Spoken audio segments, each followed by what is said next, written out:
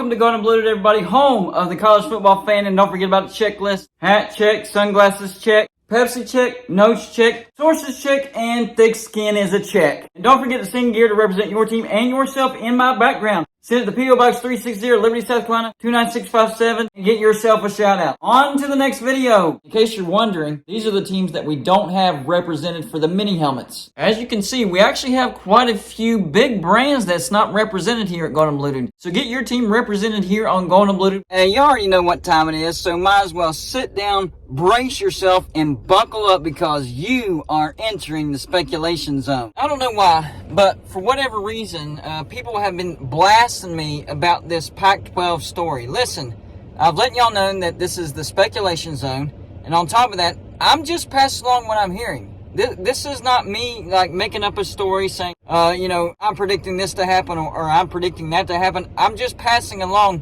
what I hear. And what did I say about today? I said today we should find something about the Pac-12 TV deal. I thought maybe we would hear something slightly positive about the Pac-12, like maybe they come to a TV deal, maybe what the number of that TV deal looks like, maybe the teams that are staying in the Pac-12. And I do think that there will be some teams that stay in the Pac-12. Don't get me wrong. I'm not saying that the Pac-12 is about to dissolve. That's not what I'm saying. What I'm saying is the Pac-12 is on very, very shaky ground. And yes, we do have an update for the Pac-12, and it is not good at all. So we heard that the Pac-12 is looking at a TV deal, is looking at streaming heavy. Well, the reports today, it might be streaming only because ESPN is reporting that ESPN and the Pac-12 not close to a TV deal agreement. This is bad news for the Pac-12. Not good at all. Now, I've been talking about the possible scenarios of what teams can go where. Listen, if you're a fan of a team that's in the Pac-12 right now, you better be hoping that your team is planning ahead, talking to these other conferences. Whether you actually want to go to them or not, that's a different story. But the Pac-12 is not looking good at all. Now, Utah has been firm in saying we are not going to the Big 12. We are committed to the Pac-12. Mark Harlan, the athletic director, went as far as saying, give me a break, to the tweet of Dennis Dodd saying that the Big 12 four corners are having talks with each other. He said, give me a break. That created a firestorm. Of course, I made several videos trying to interpret that. Well, if the interpretation is we're not interested in the Big 12 and we're committed to the Pac-12 because they also said if they jump to the Big 12, they think it would hurt their academics and their research revenue, their endowments, their grants, all that stuff, and it would hurt their NIL. The argument of the academics, I can understand that. I understand that. But the NIL argument, no. That's the complete opposite. The best decision for your NIL, Utah, and I'm talking to you, would be to join the Big 12 because 80% of the American population that watches college football is on the eastern side of the United States. So if you get in a conference that's more eastern, that's going to give you more exposure and your NIL revenue is going to go up. It's going to increase. So that argument didn't make any sense. I'm hoping for the sake of Utah fans that the correct interpretation for Utah is the Big Ten is interested in Utah and Utah is interested, because if that was a statement of being committed to the Pac-12, you are in trouble because the Pac-12 is in trouble. ESPN coming out and saying we are not even close to a TV deal, that is the worst news possible that the Pac-12 could have hoped for. Not good at all. What about Oregon and Washington? We know that Oregon and Washington want to go to the Big Ten. We know that Oregon and Washington applied to the Big Ten. We know that they didn't turn down the Big Ten. The Big Ten turned them down, not the other way around. So we know that Oregon and Washington want to go to the Big Ten. We also know that Oregon and Washington are not willing to sign a grant of rights past 3 years. Listen, if they're already talking to the Big Ten and the Big Ten is like, hey, we want to offer you a reduced revenue share, we're going to go $40 million, that's going to make much more than anything that the Pac-12 could give you. Come on over, and eventually you'll be a full revenue share. Guess what? Oregon and Washington would be bolting to the Big Ten. Maybe this is a sign. Maybe ESPN knows that Oregon and Washington are also about to bolt to the Big Ten, and the Pac-12 worth is going to go downhill steeply. Because let's not get it twisted. Losing USC and UCLA, that hurt the Pac-12 tremendously. But they can stay intact as long as Oregon and Washington stay with the Pac-12.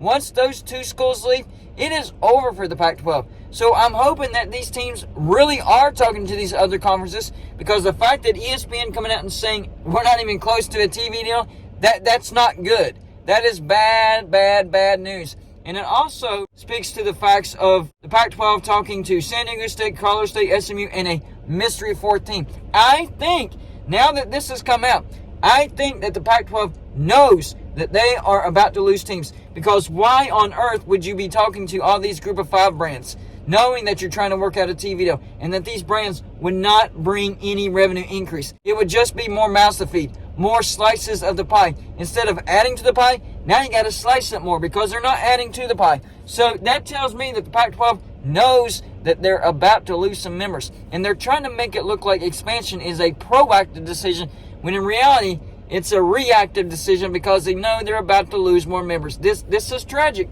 Listen, I am not a Pac-12 hater. Not at all. I've said many, many times that I miss the Pac-12 being relevant. I mean, it's been 7-8 years since the Pac-12's even made the playoffs. And we know with playoff expansion, they will be guaranteed a spot in the playoffs, and I look forward to that day. But what kind of Pac-12 are we going to be looking at?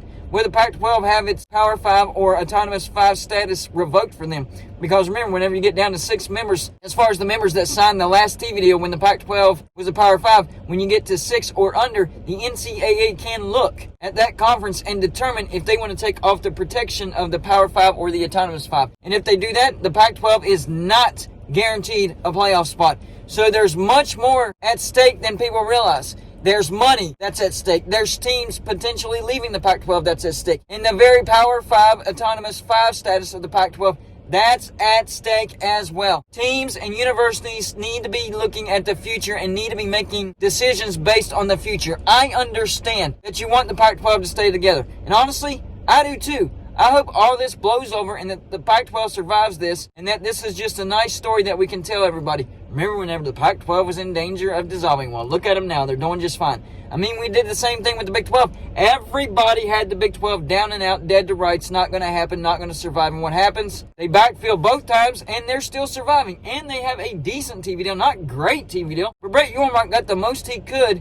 with the money that was available, and that was a big mistake that George Kliavkoff made. I understand his decisions, though. I really do. As bad as they are, I understand some of his decisions, because he knew that he still had Oregon, Washington, Utah, the Arizona schools, Colorado, some good brands in there. The Big 12 doesn't have any premier brands. Let's be honest, they don't. The Pac-12 still has Oregon and Washington. Those 2 brands are better than any brands in the Big 12. So I can understand the rationale. Well, if the Big 12 can get that, then we're just going to open the Pac-12 up to bidding, and we can get a much better TV deal than that. Maybe not quite as good as the SEC or the Big 10, but we can pull 40, 45 million per team per year. So I can understand the rationale. But he let it go too far. He let it go too long. And now they're in this situation. Listen, the Pac-12 only has 1 year remaining on their TV deal. Just one. July of 2024, if they don't have a new TV deal, what's the Pac-12 going to do? Are they going to have to pay for their own games to be televised? I mean, is that the direction that we're going to look at? And on top of that, if this turns into a streaming-only deal, the cost of production has to be factored into that deal. Because the MLS, they have a streaming deal, and their production cost is $60 million a year. And the estimated cost for the Pac-12 to do their streaming production is around $75 million a year. Divide that by 10 teams, and you got to subtract $7 to $8 million a year off the deal that you have. And if teams leave, then that price goes up because the amount of teams goes down. So you could be looking at having to subtract $10 million a year for these teams if they lose enough members. This is not good for the Pac-12.